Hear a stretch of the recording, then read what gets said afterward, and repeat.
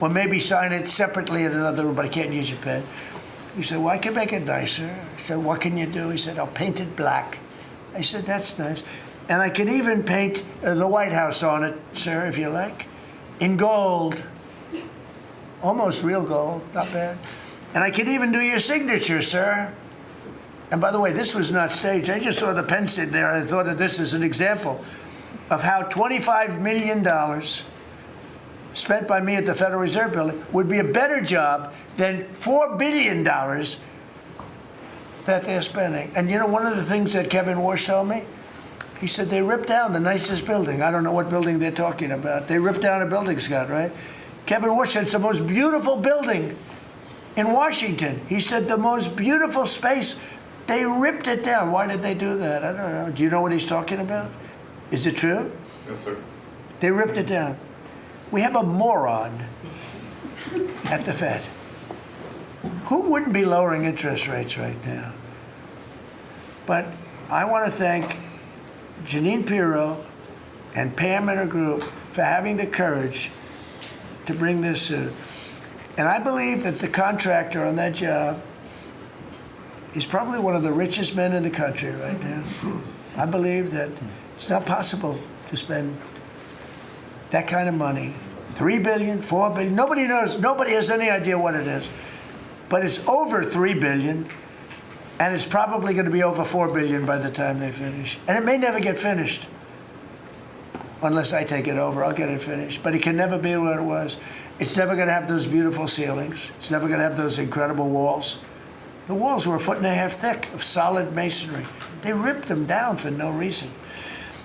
And I just give you the story. And just to finish on this one, so I told that story to somebody and said, yeah, but it's not the same thing. I said, you're right. This one is better. It writes. So the guy said to me, you don't have to pay me, sir. I'll give them to you for nothing. I said, no, I don't want that. Let me pay you. I want to pay you. No, sir, you don't have to. You're the President of the United States. He was shocked. The head of Sharpie gets a call. I don't even know who the hell he is. He said, is this really the President? He said, no, you don't have to pay me, sir. This is such an honor. I said, no, I want to pay you. He said, what would you like to pay? I said, how about $5 a pen? He said, that's all right, whatever the hell we agreed to. Peanuts. As opposed to 1,000. And these were $1,000 pens.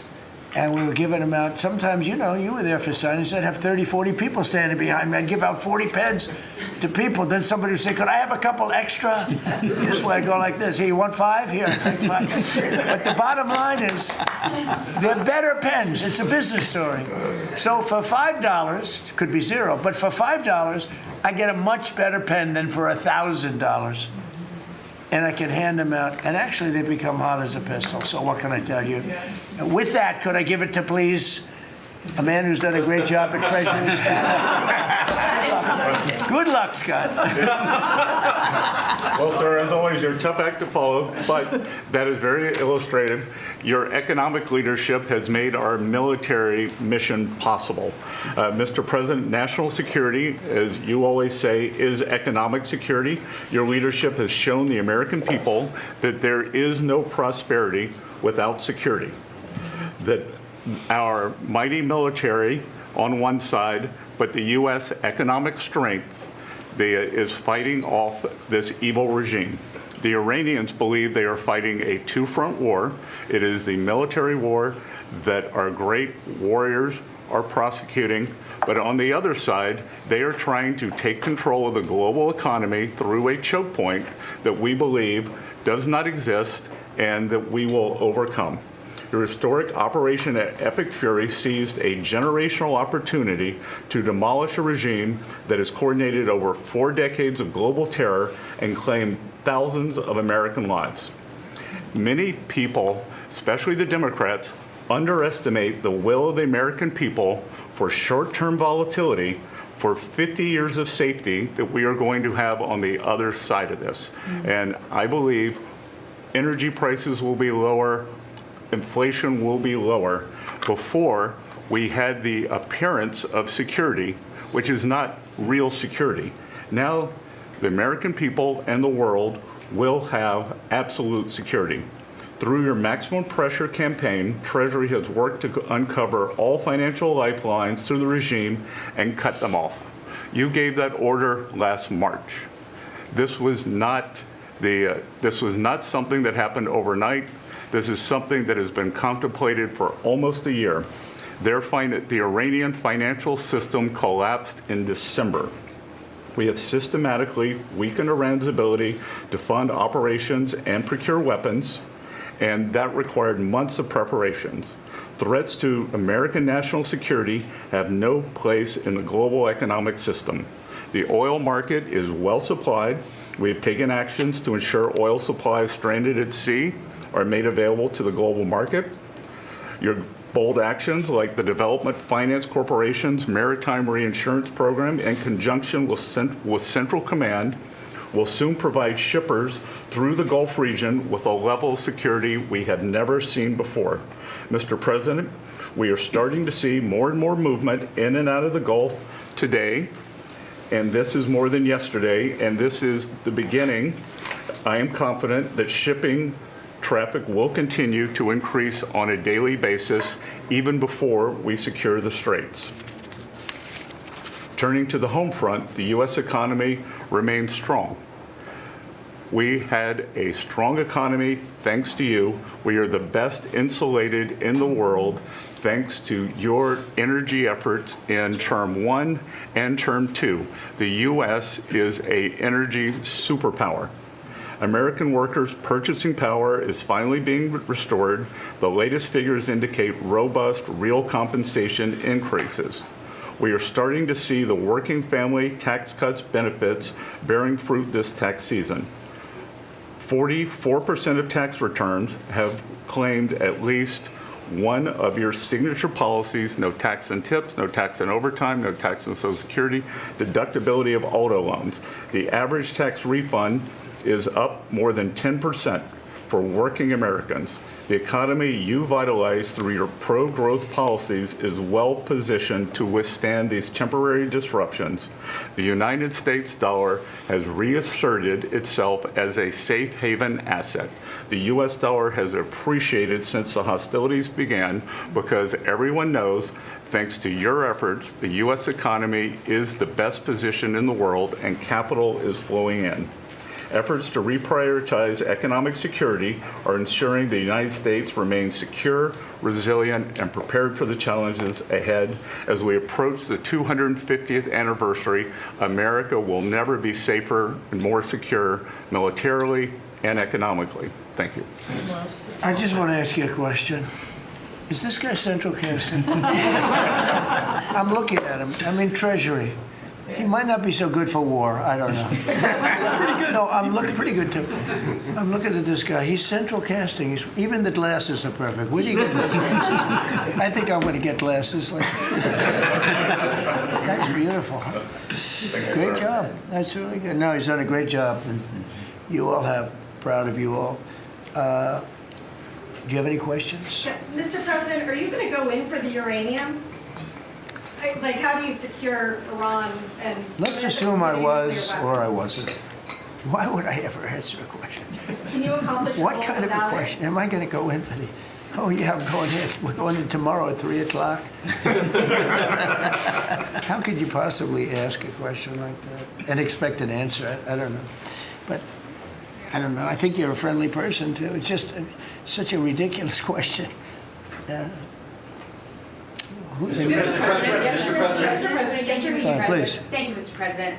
There's been a report that potentially the U.S. is looking at diverting some munitions, air defenses that were meant for Ukraine to the Middle East. Is there any accuracy to that? Is that something you're considering? Well, I'd have to ask me, but we do that all the time. You know, we have tremendous amounts of ammunition. We have them in other countries, like in Germany and all over Europe. We have, you know, we're packed. And sometimes we take from one and we use for another. We help Ukraine. Biden started, and he gave $350 billion away, way too much. And we sell it now to NATO. We sell it to NATO, and they probably give it to Ukraine, mostly, I think. They give it to Ukraine, but we get paid for everything that we give. We don't give anything anymore. That's a tough situation, that whole Ukraine situation, very, very tough. We're working very hard on getting that one solved. It doesn't have any impact on us, virtually nothing. In fact, if anything, I mean, we sell a lot of equipment for that unfortunate war. 25,000 people died last month, 25,000, so mostly soldiers. Some in the towns, but for the most part soldiers. They're dying. Nobody's seen anything like it since World War II. It's a terrible situation, and hopefully that's going to get settled. You know, I settled 8 wars, and many of them I think were more difficult than this one. In theory, they were more difficult, but there's tremendous hatred between President Putin and President Zelensky. Tremendous hatred. I've seen it before, but I've never seen it maybe to this extent. And I think that's calming down a little bit, and I think we have a chance of getting it done.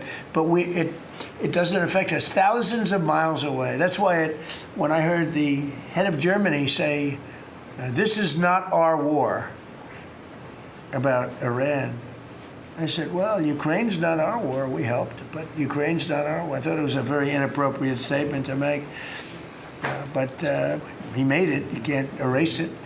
But he felt that way. I said, well, you know, Ukraine's not our war.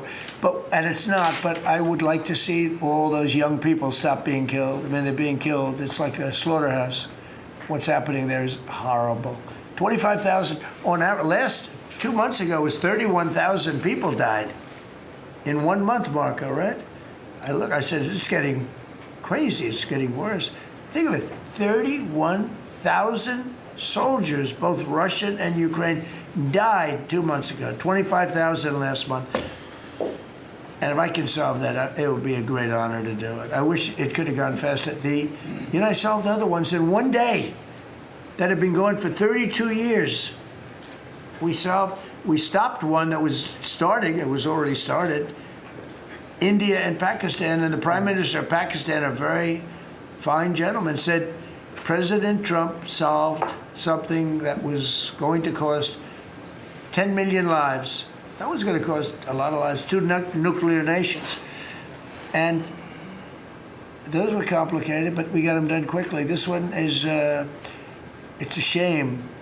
And the only reason I'm doing it, frankly, is because I want to stop death. I want to stop the death from happening. I think I'm going to go with a man that I've missed, Brian. I haven't seen you in a long time. I miss you. He's been in a very strange location. I don't know. He's had a strange thing happen. But anyway, go ahead, Brian. Well, good to see you too. Actually, good to see the entire cabinet here. Linda, good to see you too.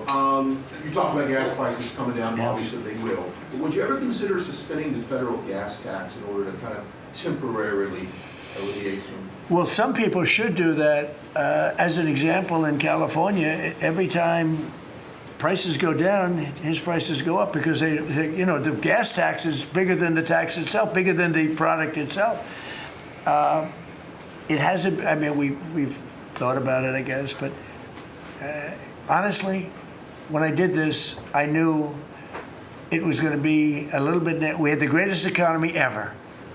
We had the greatest stock market in history. I said, we're going to take a little bit of a hit, a short-term hit. It's going to end up going much higher than it was, in my opinion. I said we're going to have a great stock market. Nobody thought we could get to 50,000 or 7,000 in the respective indices. Nobody thought that was going to happen, but it did in the first year. They said it couldn't happen in 4 years, that you wouldn't hit 50 in 4 years, but you could maybe get close. We hit it in the first year. And I said, this is a good time to solve a problem that you had to solve. And that's what I did. But the gas tax, people have talked about it. It's something we have in our pocket if we think it's necessary. And if I can follow real quickly, you just recently took off, Secretary Duffy, 17,000 truckers off the road that quite frankly could not speak English, which is a safety issue. Yeah. Could we ever extend that to Uber drivers, Lyft drivers, cab drivers, for someone who takes a lot of Ubers? A lot of my drivers can't speak Oh, wow, that's not good. I didn't like that. Go ahead, John. So that's a really good point. The problem is that our states are the ones that issue these licenses.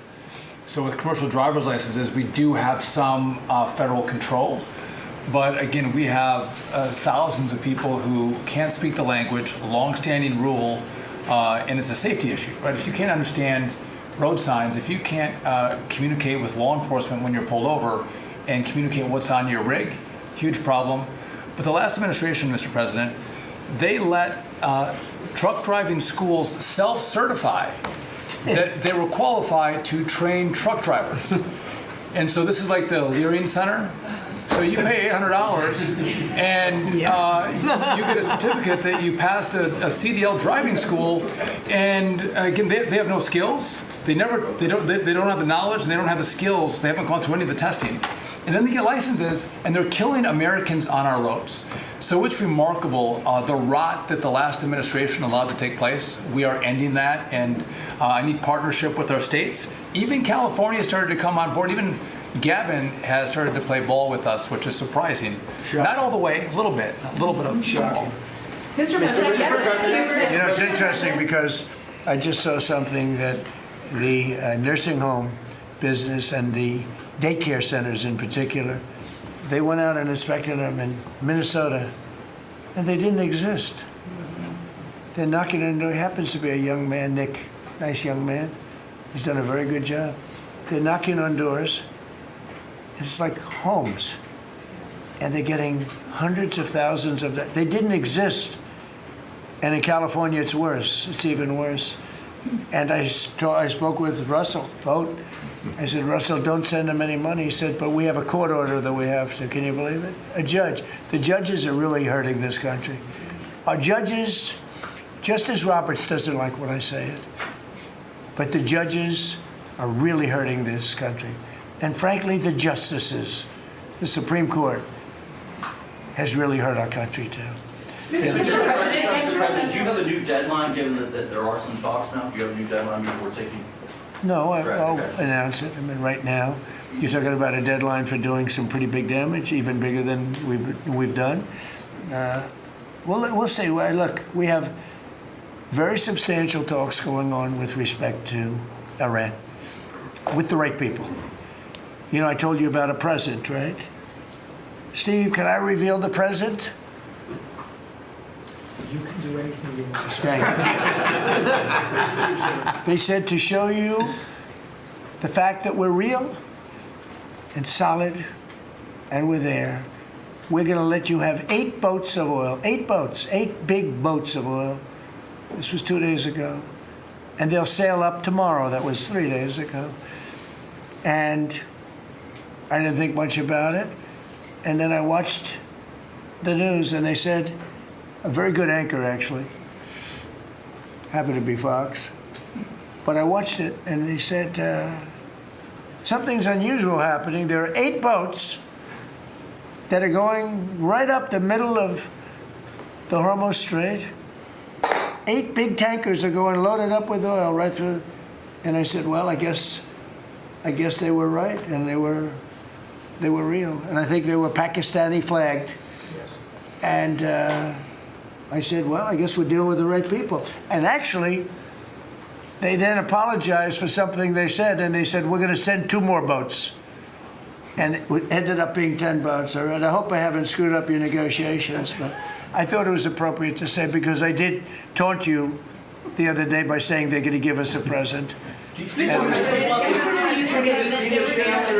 there were 2 illegal immigrants who were arrested at San Francisco airport for ignoring deportation orders. At the same time, as you highlighted, really great reception from American travelers for ICE agents. Is there a PR aspect of this that can allow future deportations to go on with less protesting, less outrage? Yeah, it's amazing, because by putting ICE there, look, the press was very unfair to ICE. So was everyone else. These are great American patriots. They have a tough job. They have to find murderers and take them out of our country. I wouldn't want to do it. You wouldn't want to do it. Most people wouldn't want to do it.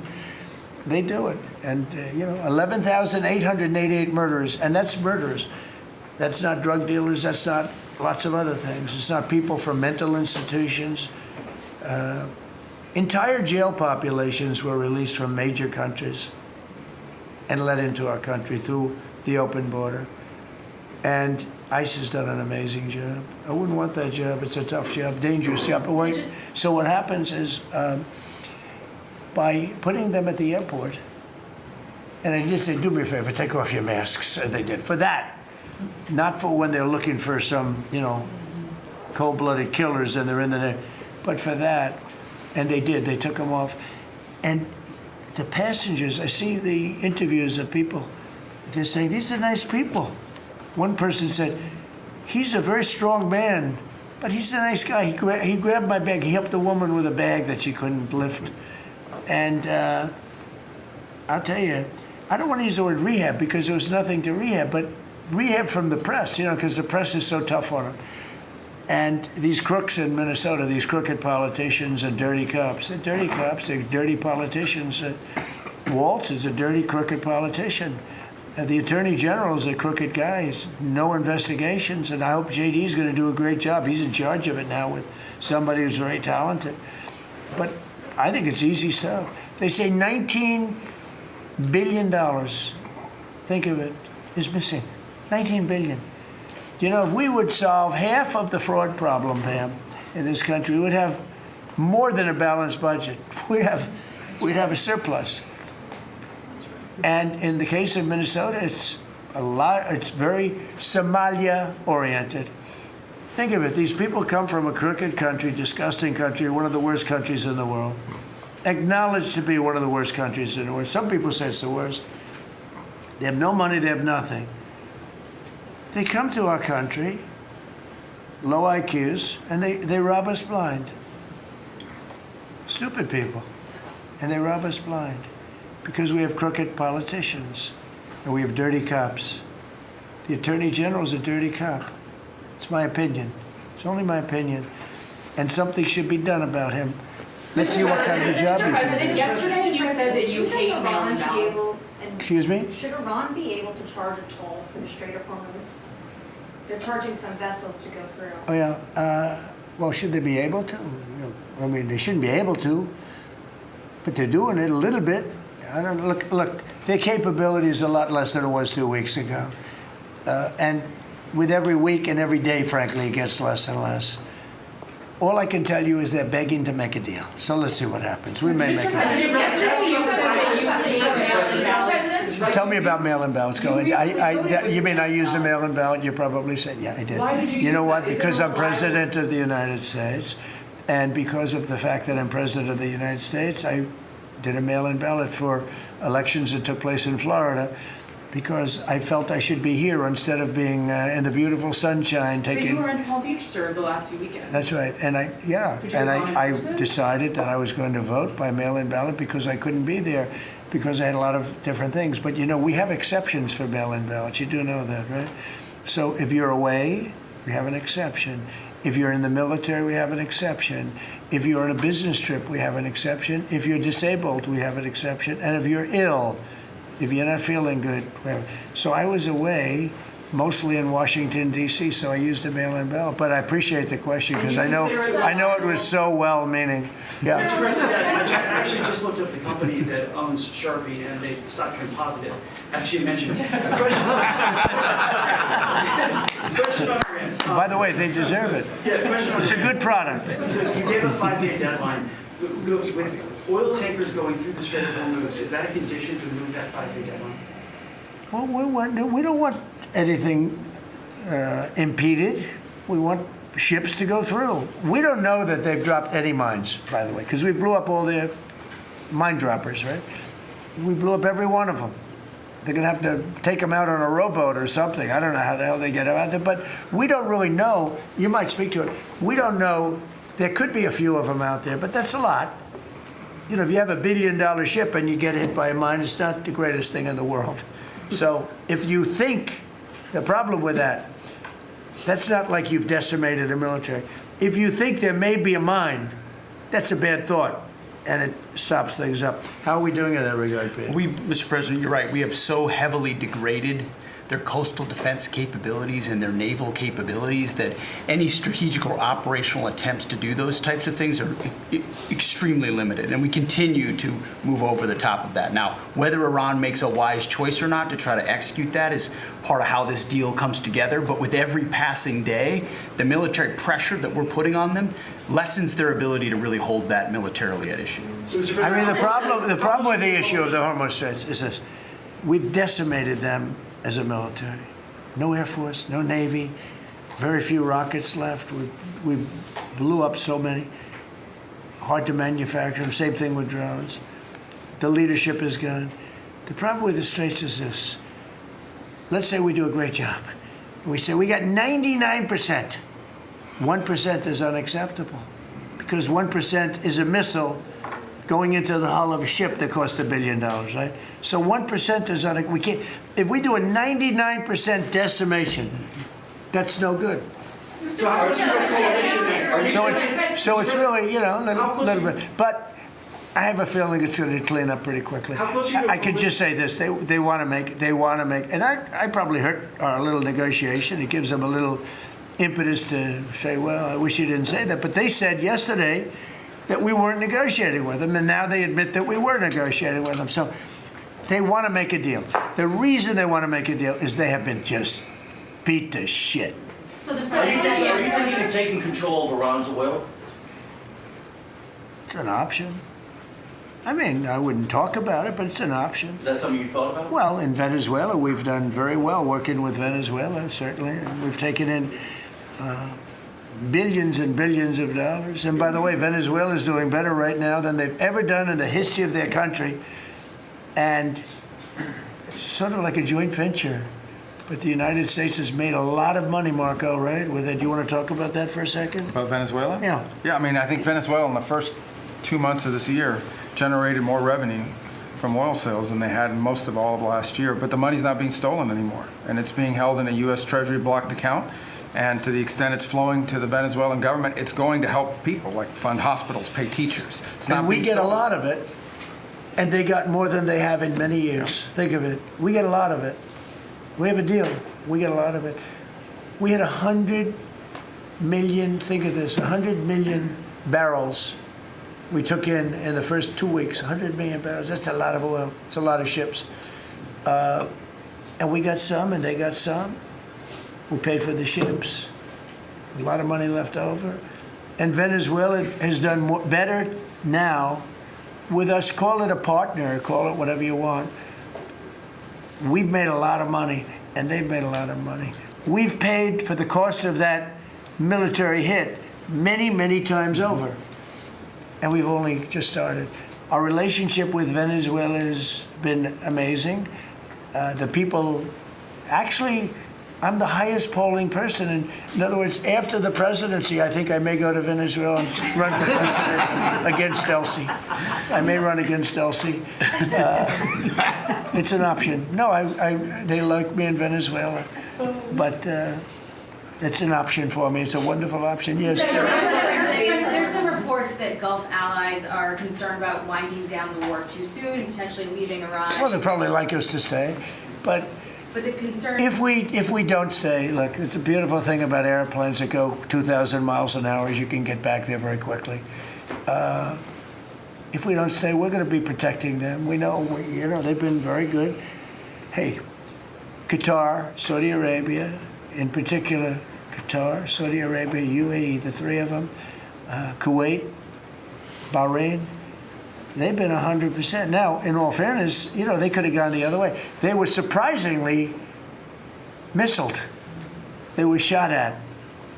Nobody ever thought they'd be shot at. UAE had 1,400 missiles aimed at them. Fortunately, they had the greatest anti-missile weapon in history called the Patriot. Almost every single missile was shot down. We had an incident recently where 101 missiles were shot at a certain thing that we own that's very valuable.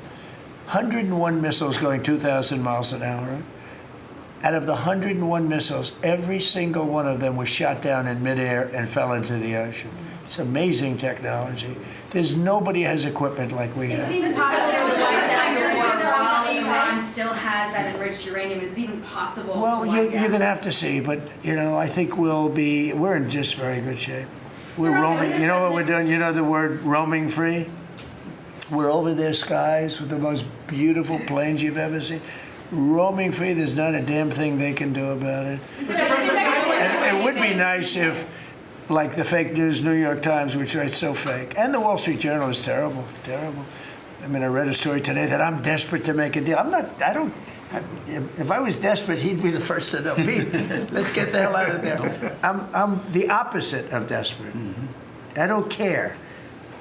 I want to know. In fact, we have other targets we want to hit before we leave. We're hitting them on a daily basis. No, I don't talk about you. I can't talk about specifics. A lot of people say that wouldn't matter. Maybe it does matter. Who knows?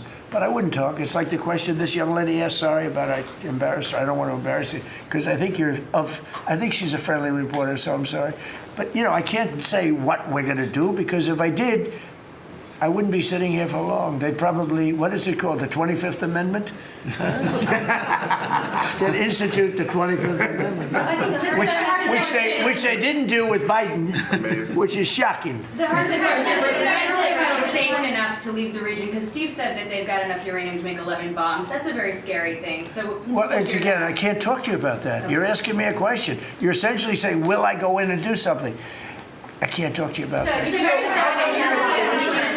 You're looking at a coalition of ships to help, warships to help protect tankers. How close are you to getting that coalition? Well, we have a coalition for them, but they should have been up here a long time ago.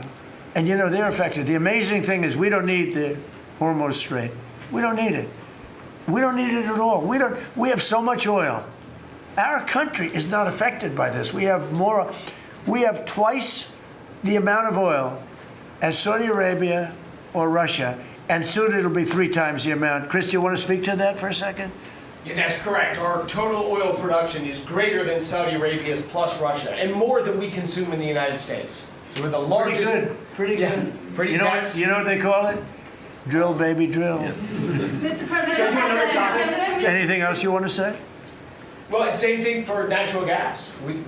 We went, before your first term, we were the largest exporter of natural gas in the world. Today, we're just by far the largest.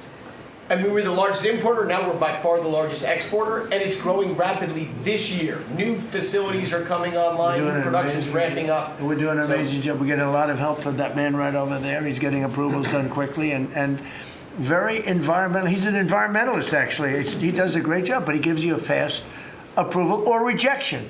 Do you have anything to say?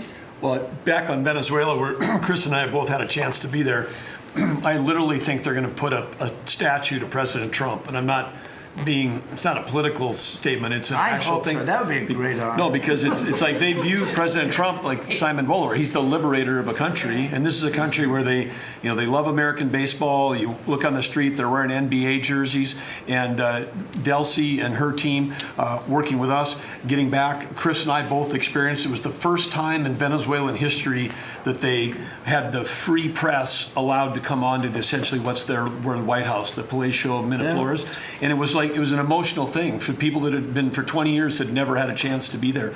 So whether it's and then production, it's showing up in production. The American companies that are coming back, most of those American companies have many American Venezuelan team members. One company in Houston's got 600 Venezuelan Americans that know more about reviving that industry. So their GDP is a 1/4 of what it was before. They want to get back. They remember what it was. Their production on oil production is climbing towards 50% increase just in the 3 months we've been here. That flows to American refineries on the Gulf Coast, lowering the price of gas in America. So it's a forget that. When are they going to do the statue? The hell with you.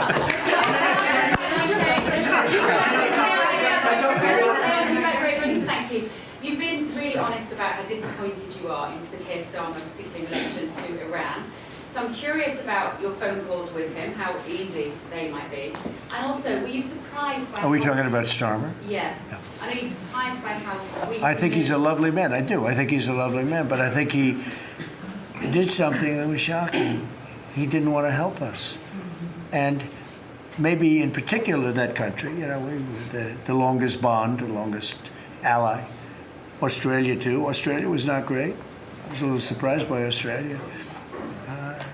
I wouldn't say anybody was great other than the 5 countries in the Middle East. We never really had very much support.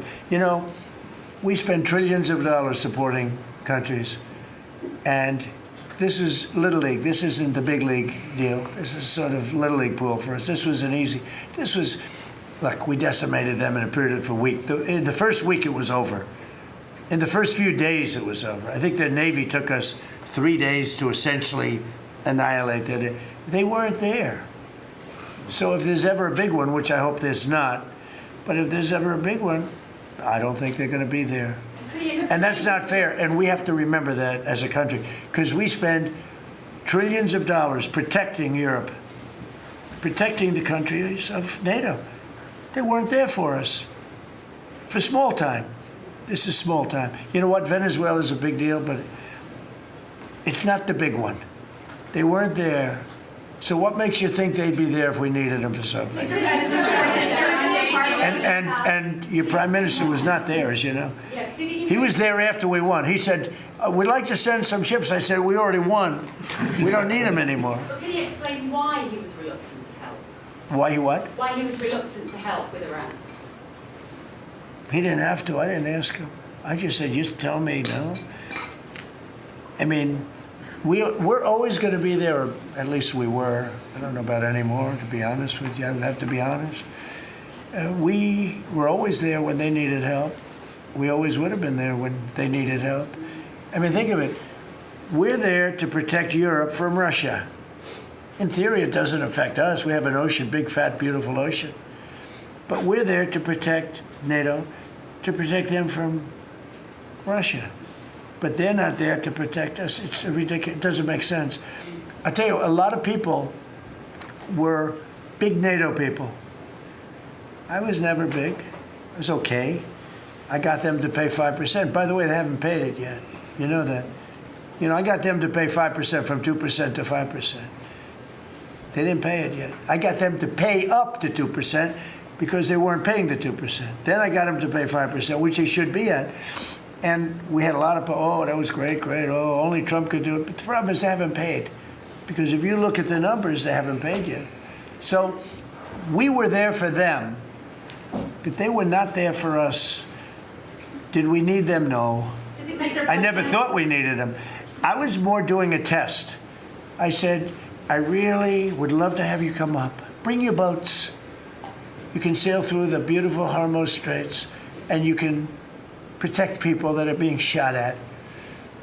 They didn't do it. And that's small potatoes. Do you understand what I'm saying? Yeah, I do. Go ahead. I was just going to say, does it affect the state visit with the King that you're going to have in April? Are you looking forward to that? With the King? With the King No. coming here? No, he's a friend of mine. He's a great gentleman. As you know, he honored me and our country. He really honored our country. But we had an amazing time. I've known him as Prince Charles. I know him as King Charles. I'm proud of him.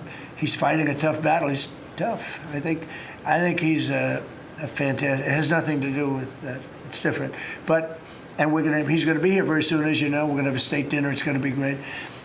But I was very disappointed when the Prime Minister said, I won't be able to. It started with the island that the indigenous have claimed away from your country. And for some reason, you went for it. And all of a sudden, indigenous people that never saw the place, they never saw it. He was afraid that we would do something to insult, because he's a liberal. That's the way they think. And when we needed the island to land that beautiful B-2 bomber, we were told we can't use it.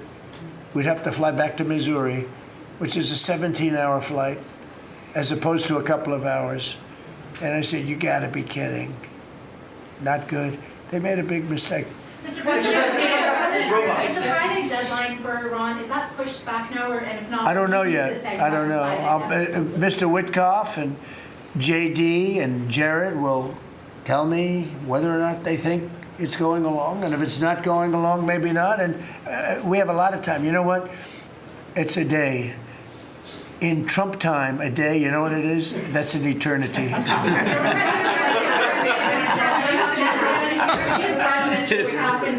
Say it, what? European Parliament just passed a major deportation plan. Some of the tenets of it are that member states can deport rejected asylum seekers to third countries regardless of whether they have a connection to it.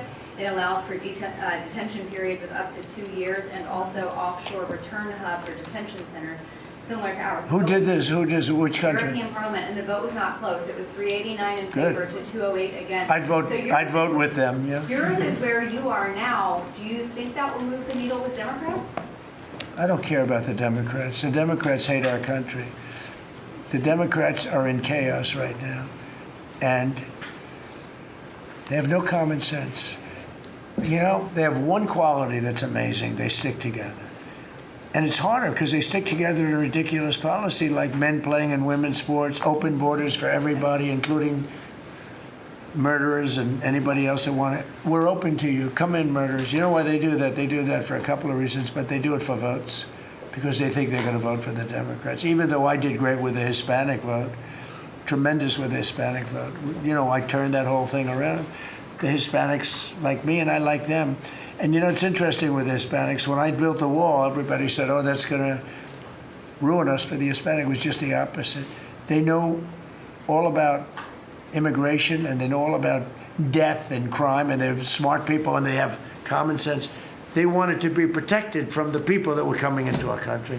So, you know, I won the election with a very tremendous Hispanic vote, and I think it's higher now than it was then. So we're a party of common sense. The Democrats are a party of insanity. They're a party that will destroy our country. If I didn't win this election, I believe our country would have been destroyed by now. 1 year, that's all it would have taken. If you had Kamala or Sleepy Joe, either one, it wouldn't have mattered. They're the same thing. Two sleepy people, two stupid people.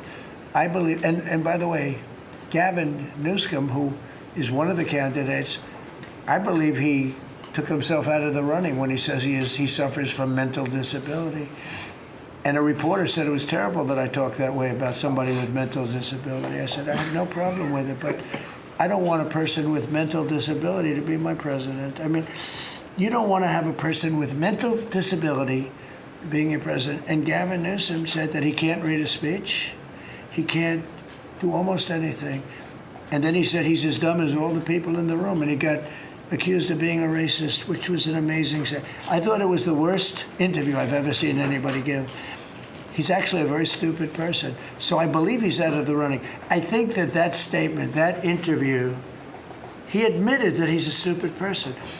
I don't want a stupid person being president. You know, I'll say it right now. I say it because no press never reports it.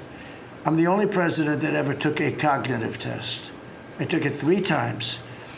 It's actually a very hard test for a lot of people. It wasn't hard for me, but it's a cognitive test. It starts off with an easy question, and by the time you get to the middle, it gets tougher. By the time you get to the end, very few people can answer those questions. They get very tough, mathematical equations and things. I took it 3 times. I aced it all 3 times in front of numerous doctors that I have no idea who they are. And I was told when I went in, they said, Doc Ronnie told me this. My current doctors, who are fantastic doctors, they said, well, if you take it, you know, it's Walter Reed. It's essentially a public hospital. And if you do badly, it's probably going to get out. But I aced it. I got them all right. And one doctor said, I've never seen anybody get them all right. I've been doing the test for 20 years. I want people, I would love to see anybody that's a president or a vice president or anybody that has any chance of being a president, I would like to see them take a cognitive test, because we had a man in this office that had no clue what was happening. And let me give you a little secret. He wasn't a smart man 30 years ago. And I'll tell you about President Obama. He wasn't a smart man either. I know all about him. He wasn't a smart man, highly overrated. He was a great divider. And our country can't go through that anymore, can't go through. We have done an amazing job. I had to do a little stopover. I call it an excursion.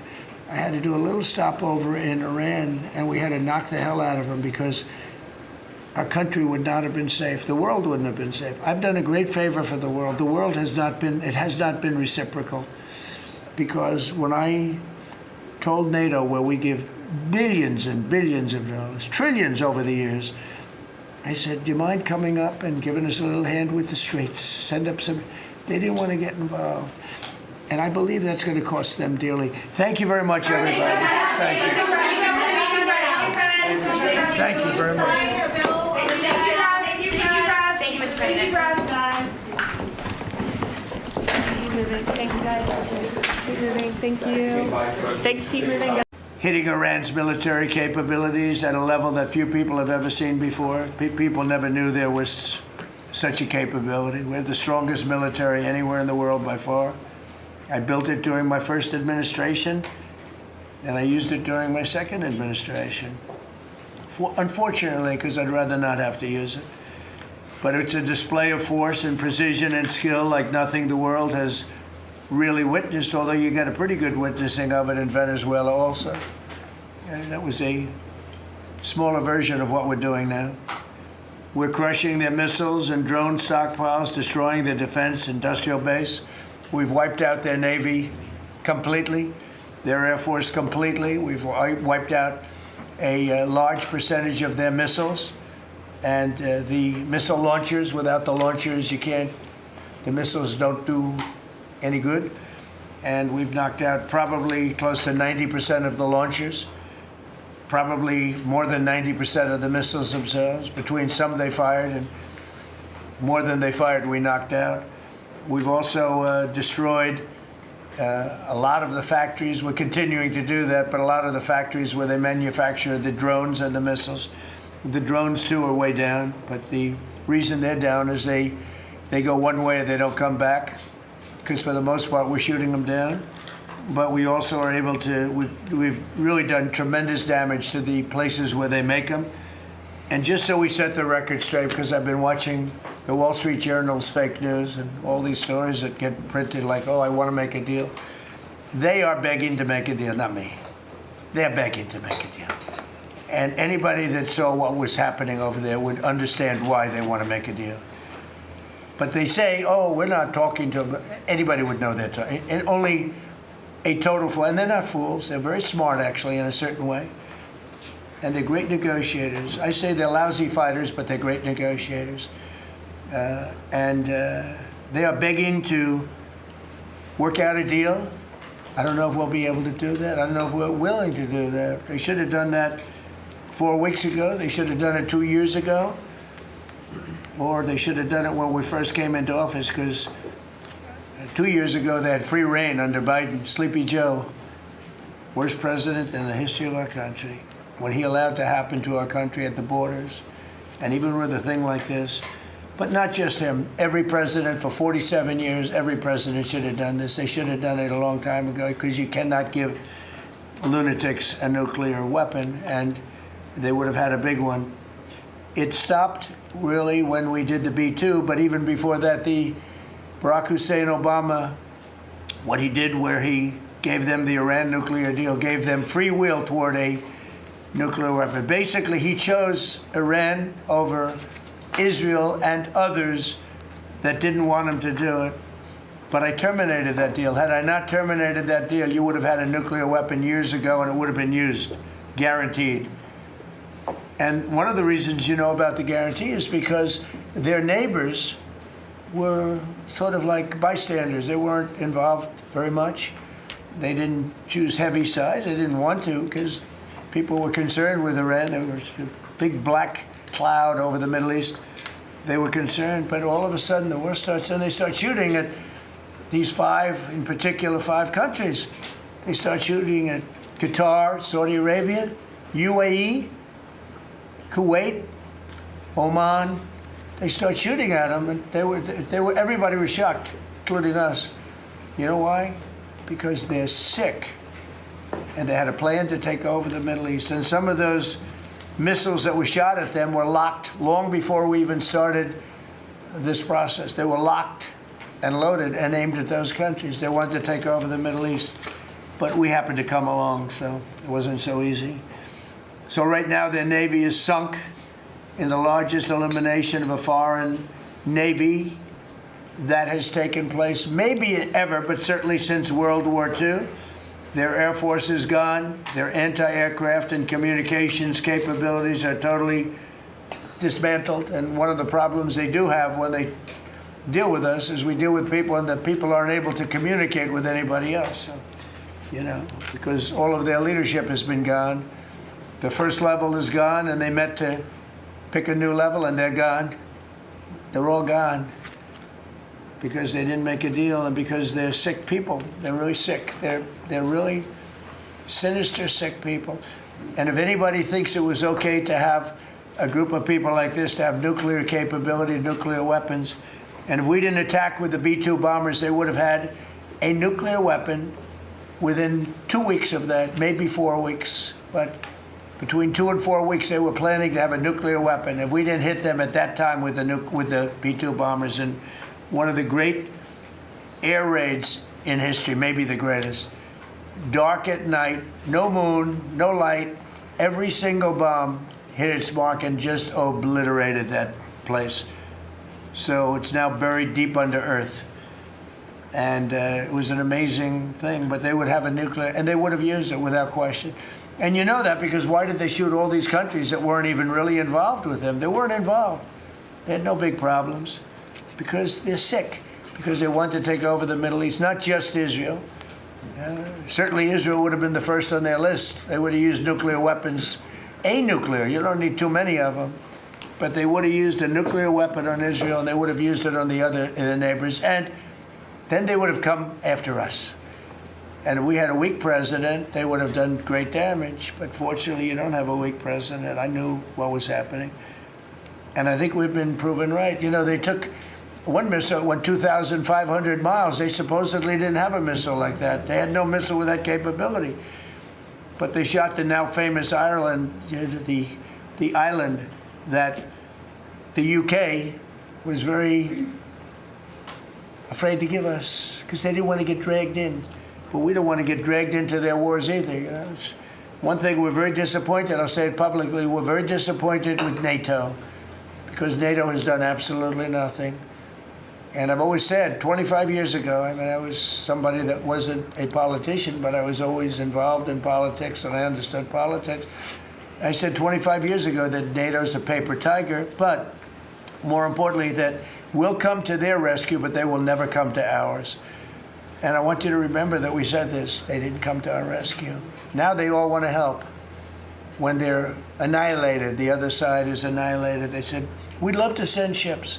They actually made a statement, a couple of them, that we want to get involved when the war's over. No, it's supposed to get involved when the war's beginning, or even before it begins. We had the UK say that we'll send, this is 3 weeks ago, we'll send our aircraft carriers, which aren't the best aircraft carriers, by the way.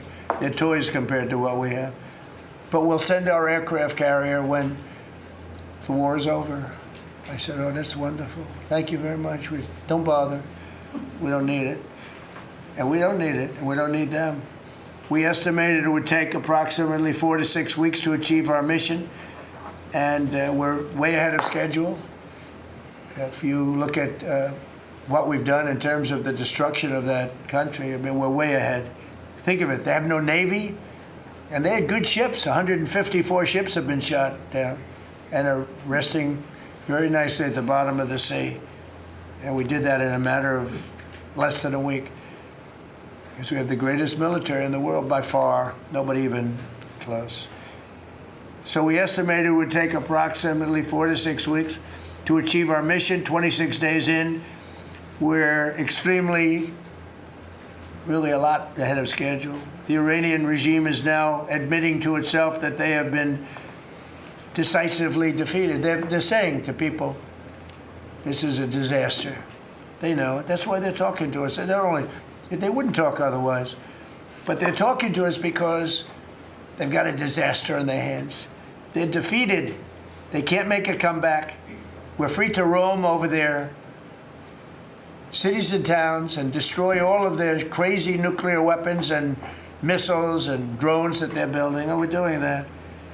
They now have a chance to make a deal, but that's up to them. And they'll tell you, we're not negotiating. We will not negotiate. Of course they're negotiating. They've been obliterated. Who wouldn't negotiate? They are begging to make a deal. We'll see if we can make the right deal. And if they make the right deal, then the strait will open up. Hormuz Strait will open up. And even now, we don't know if there are any mines. You know, they have 22 they call mine droppers. Think of it. Who would have 22 mine droppers? There's a boat that drops mines. Who has 22 mine droppers? Except for people with very evil intention. So every one of those mine droppers has been struck with the same weapon we used to stop drugs from coming into the United States of America. When we hit those boats, it's the exact same weapon, extremely effective. We have unlimited supplies and extremely effective. But they have no more mine droppers. By the way, speaking of drugs, we're 98% down drugs coming in by water, by the ocean, by the sea. 98%. And we're trying to find out who are the 2% because we think they're the bravest men anywhere in the world. Maybe women. But whoever's on those boats is very brave or doesn't watch television. But where drugs coming in by sea, coming in by water, are 98% down. And now we'll stop the drugs coming in by land. The land is the easy one. You had to stop the water. A lot of it came into the water. Now it's all pinched. And these people are trying to come in by land. And we will, that's it, that's the easy one. But we had to take care of the water first. Nobody's coming in. Virtually nothing is coming in anymore. It was hundreds of millions of dollars a week were coming in by water. But they now have the chance, that is Iran, to permanently abandon their nuclear ambitions and to chart a new path forward. We'll see if they want to do it. If they don't, we're their worst nightmare. In the meantime, we'll just keep blowing them away, unimpeded, unstopped. Well, there's not a thing they can do about it. They can't do anything about it, you know? I tell you, if they could, you'd be hearing about it. You'd be hearing about it. You don't hear anything about it. They can't shoot our jets. We have the best military equipment in the world. No, not even a contest. And you see that with Venezuela. They had other equipment. They didn't have ours. It didn't